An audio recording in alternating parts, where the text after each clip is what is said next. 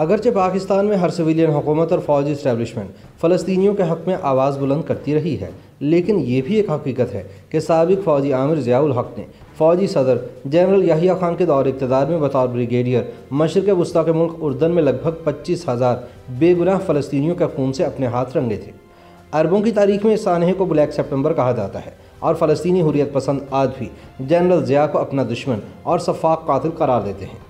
Black सितंबर के दौरान Pakistani army के एक ट्रेनिंग कमीशन ने याहिया खान के हुक्म पर ज़ियाउल हक़ की क़यादत में 25,000 फ़लस्तीनियों का उर्दन में कत्लेआम किया ताकि फ़लस्तीनी मुजाहिदीन का उर्दन से सफाया किया जा सके। याद रहे कि ज़ियाउल हक़ सन 1967 से सन 1970 तक उर्दन में फ़लस्तीनी मुजाहिदीन मुखालिफ कमांडर के तौर पर मौजूद रहा।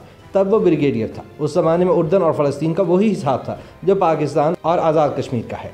आज़ाद कश्मीर की तरह उर्दन ने दरियाए उर्दन के मगरबी किनारे पर कब्जा कर लिया था। दरियाए उर्दन के मशरिक़ में 40,000 फ़लस्तीनी मुहाजिर आबाद थे। ये उर्दन की आबादी का 1/3 हिस्सा बनते थे। दरियाए उर्दन के मगरबी किनारे में भी इतने ही फ़लस्तीनी थे। उस ज़माने में फ़लस्तीनियों ने दरियाए उर्दन के मगरबी किनारे को अपनी आज़ादी का बेस कैंप बनाया हुआ था। यहाँ से फ़लस्तीनियों को तरबियत देकर मकबूजा इलाके में इसराइलियों के खिलाफ छापामार सरगर्मियाँ जारी रखने के लिए भेजा जाता था। उर्दन ने जब ये इलाका कब्जे में लिया तो फ़लस्तीनियों ने इसे अपनी कमज़ोरी नहीं बल्कि अपनी ताकत में इजाफा समझा, लेकिन फ़लस्तीनी ऐसा सोचकर गलतफहमी का शिकार हुए।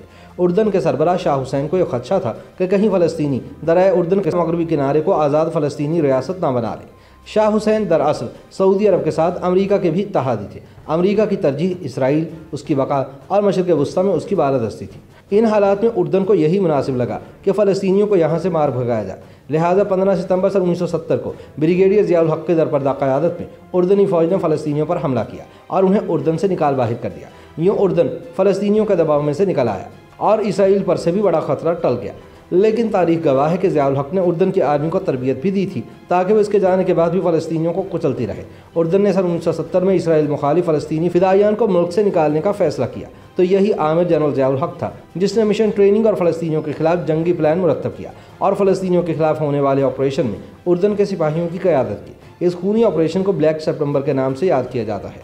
एक अंदाजे के मुताबिक इसमें 25,000 के करीब मासूम फ़लस्तीनी उर्दन की अफवाज और ज़ियाउल हक़ के हाथों मारे गए थे। इस अरसे को अफसोसनाक वाक़यात का दौर भी कहा जाता है। तारीख बताती है कि 15 सितंबर सन 1970 को उर्दन के बादशाह ने मार्शल लॉ लगा दिया। अगले दिन पाकिस्तानी और उर्दन की आर्मी ने ज़ियाउल हक़ की क़यादत में अमान में मौजूद फ़लस्तीनियों के हेडक्वार्टर पर हमला किया। आर्मी ने फ़लस्तीनियों के कैंप्स अरबत, अल-सलत, सुएले, अल-बका, अल-वहदात व ज़रक़ा पर हमला किया। इस दौरान ज़ियाउल हक़ ने 2nd डिवीज़न की क़यादत करते हुए हज़ारों फ़लस्तीनियों का कत्लेआम किया। कहा जाता है कि इसराइल ने जितने फ़लस्तीनी 20 साल में शहीद किए थे, इससे ज़्यादा फ़लस्तीनी ज़ियाउल हक़ ने 11 दिनों में शहीद कर दिया। यानी ज़िया की क़यादत में 15 सितंबर से लेकर 27 सितंबर सन 1970 तक जुल्म का एक स्याह बाब लिखा गया। तब के इसराइल के वज़ीर-ए-आज़म ने कहा था कि इतने फ़लस्तीनी हमने 20 साल में नहीं मारे जितने ज़ियाउल हक़ ने 11 दिनों में शहीद कर डाले। लिहाजा फ़लस्तीनी मुजाहिदीन आज भी कहते हैं कि हम ज़ियाउल हक़ को कभी माफ़ नहीं कर सकते। इसके बाद उर्दन की शाही हुकूमत ने जनरल ज़ियाउल हक़ को आला एज़ाज़ात से नवाजा और फिर वो वक्त भी आया जब जनरल ज़िया को चीफ़ ऑफ आर्मी स्टाफ बना दिया गया, जिसकी बदौलत वो भुट्टो हुकूमत का तख्ता उलटकर 11 साल तक मुल्क के स्याह सफ़ेद का मालिक बना रहा। मुबस्सिरीन के मुताबिक ज़ियाउल हक़ मगरिब से पहले भी आशना था, मगर फ़लस्तीनियों के खिलाफ एक्शन ने उसे उनके लिए बहुत अहम बना दिया।